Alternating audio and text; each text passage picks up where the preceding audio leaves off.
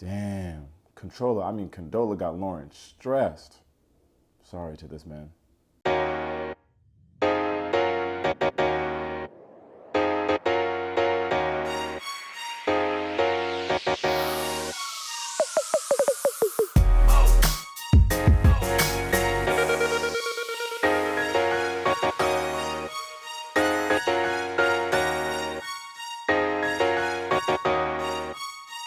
All right, welcome to Taste Take. If you're new here, we're doing Insecure episode reviews each week. If that's something you're into, hit that subscribe button for your boy. For my regular Taste Takers, there's no time for a dad joke. This episode was too steamy. Let's get into it. All right, you know the drill here. Super duper quick recap of episode 2 before we get into the third. Episode 2 is where we jump forward 1 year later. Issa and Molly are best friends again like nothing ever happened. Issa grew the block's Instagram page to over 10,000 followers. Molly's also happy at work, but she can't get her parents to take their will seriously. Plus, Molly's mom just cares about finding her a husband. Shout out to Herbert. Issa pitches her new client, Crenshaw, to put on a fashion show. The sponsors reluctantly agree if she can get him to tone it down a little bit. Crenshaw says, yeah, I got you, until the day of the show where he just decides to go rogue like an X-Men and do it anyway. Turns out the sponsors love it. Issa's all relieved, so she calls Nathan to come over for a drink. Cool guy Nathan, of course, agrees, but before we can get to anything steamy, Issa starts ugly crying into this dude's mouth. Because Issa. Alright, so boom. Episode 3. It's called Pressure, okay? But we're all probably just going to call it the Lawrence episode. This episode starts off where episode 1 ended off, where Issa breaks up with Lawrence using her mind. We then get that same time jump we got last week with Issa and Molly. Here with Lawrence, we see him working and living his best life in San Francisco. We cut to see him on this boring-ass first date with some woman who's not laughing at his jokes, but she says it's okay because he's cute. Which I'm not so sure you ladies will quite like it if some dude said, you're stupid, but it's okay because you're cute. I'm just saying. But Lawrence not tripping. He's eating it up until his phone goes off in the middle of the dinner where he finds out that Condola's in labor. He tells the date, I think I'm having a baby, and she thinks it's a joke. Now she thinks he's funny. Either way, he drops some cash on the table and heads to the airport to get to LA. When he gets to the hospital in LA, he runs into the nurse who drops a nice little line about tearing, well done there. Then he finally gets to Condola's room where she's there holding this new baby with her mom and her sister. And is anyone on Lil Nas X's internet gonna explain to me how Lawrence has never met Condola's sister or her mother? Anyone? Anyone at all? It's one thing to be dating this dude and maybe he don't get to meet the family yet, but you're carrying his son for 9 months and he don't even get to, okay, I'll chill. Sorry.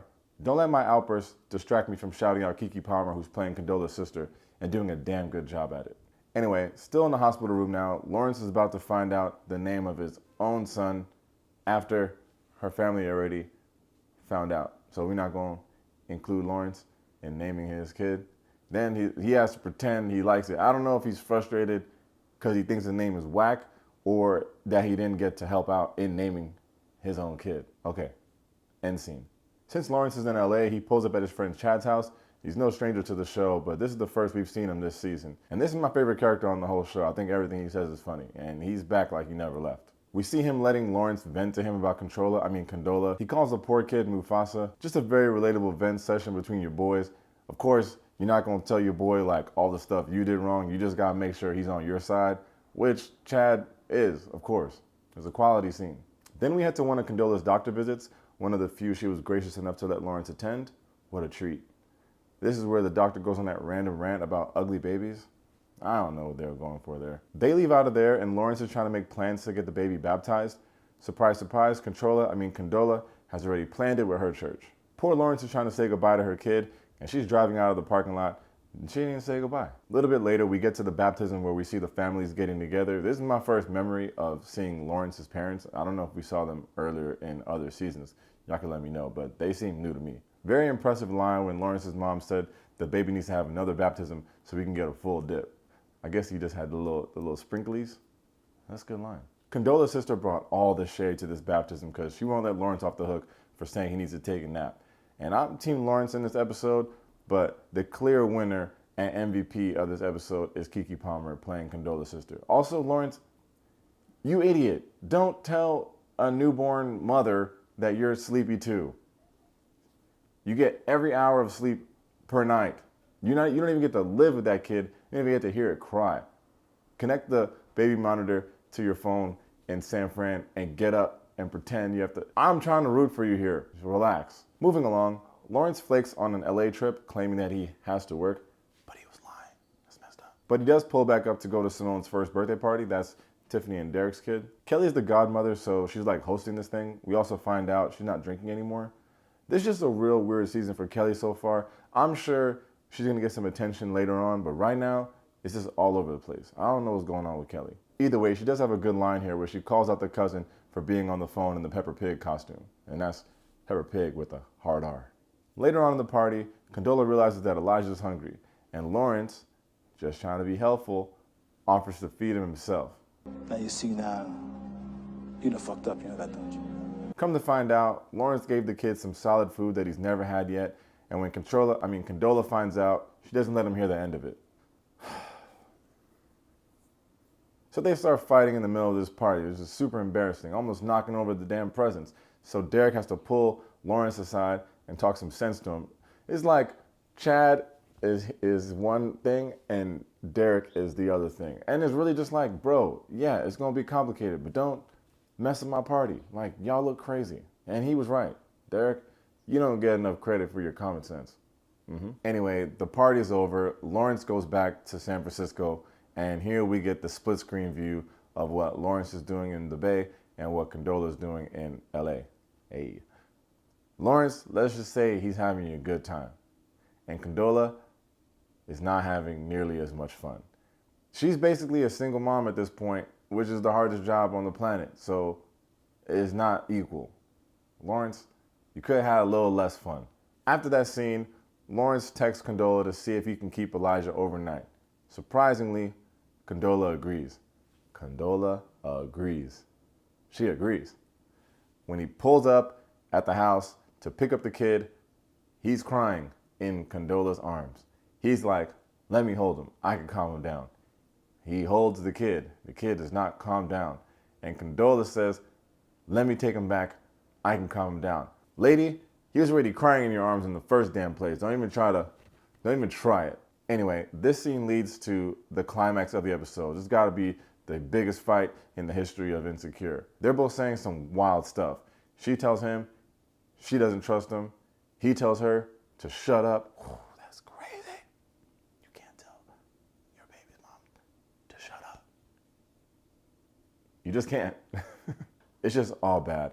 Lawrence leaves back to San Francisco, obviously without Elijah, and his plane runs into some crazy turbulence. This dude is like tearing up. He didn't cry, but if he would have just blinked, you could see he would have cried. It's all good. It's scary. When he lands, he decides to call Condola and apologize. They both admit that this isn't working, even though he said sorry and she didn't say, I'm sorry too. Okay. The episode ends with Lawrence asking, so what do we do? Sheesh. I need a cigarette. That was a lot. So what's my take? This is the best episode of the 3 so far, and I think the one that people will be talking about the most and for sure debating the most. This might be the next Team Condola and Team Lawrence, which I'm sure the men are going to be like, I'm Team Lawrence, and the women are going to be like, girl, I'm Team Condola. I was always Team Issa when it was Team Issa versus Team Lawrence in the beginning. Those were simpler times. But Condola is giving straight Molly season 4. Yes, it's a complicated situation to co-parent. Yes, it's even crazier when you're in 2 cities. Yes, Condola has the much harder job, especially after carrying this kid for 9 months. Yes, Lawrence did say, keep me posted, which could come off as indifferent. But you got to see that Lawrence is speaking with his actions, and he's trying to be there for his kid. Mind you, this is his first child. He's going to make mistakes, but I think you have to let him make the mistakes. But it's not all black and white, and that's, I guess, the beauty of all Insecure. That's why you can have a Team Issa or a Team Lawrence or a Team Lawrence and a Team Condola, because there's no right answer. It's like they're both doing things incorrectly, and I guess a lot of it will boil down to communication. Like, they're not on the same page. They might not even be reading the same book. That fight scene with them at the end was some real good acting. Condola better than Lawrence. Like, Condola was acting that scene like she had that conversation before. I hope she didn't, because that is rough. And I guess the turbulence on the flight was like, yeah, things could get real shaky but the instability is temporary. Like is always going to smooth out. It's kind of deep. There's just a lot of good elements in this episode, and it says a lot for, an episode that doesn't have Issa in it. I'm going to give Insecure Season 5, Episode 3, 5 stars. No shade at all, but it was nice to get a little break from this new Issa and Molly love fest. Lawrence and Condola played their parts well, and a huge shout out to Christina Elmore, who plays Condola, who actually had a real baby right before this season. So, if anyone knows how to be a new mom on camera, it's Condola. This episode I also got my buddy Chad back. He's out there shining like he always is. We got the new character of Keke Palmer playing the sister, making it look effortless. For sure, she got homegirls that she thinks their men ain't shit. For sure. You're doing it too good. Anyway, next week, it looks like we're back to Issa and Nathan, and we'll find out, hopefully, what happened after Crygate. As always, thanks for checking out Taste Take. If you enjoyed the video, make sure to hit that like and that subscribe button. Again, we're doing this every week. In the comments, of course, Team Lawrence, Team Condola, there's flaws on both sides. I just feel like Condola could do a little better job of letting Lawrence try to be there for his own kid. Just give him a chance. Lawrence has a history of letting us down, so maybe that will happen, but we have to let it happen naturally. Thanks for the time, y'all. Peace.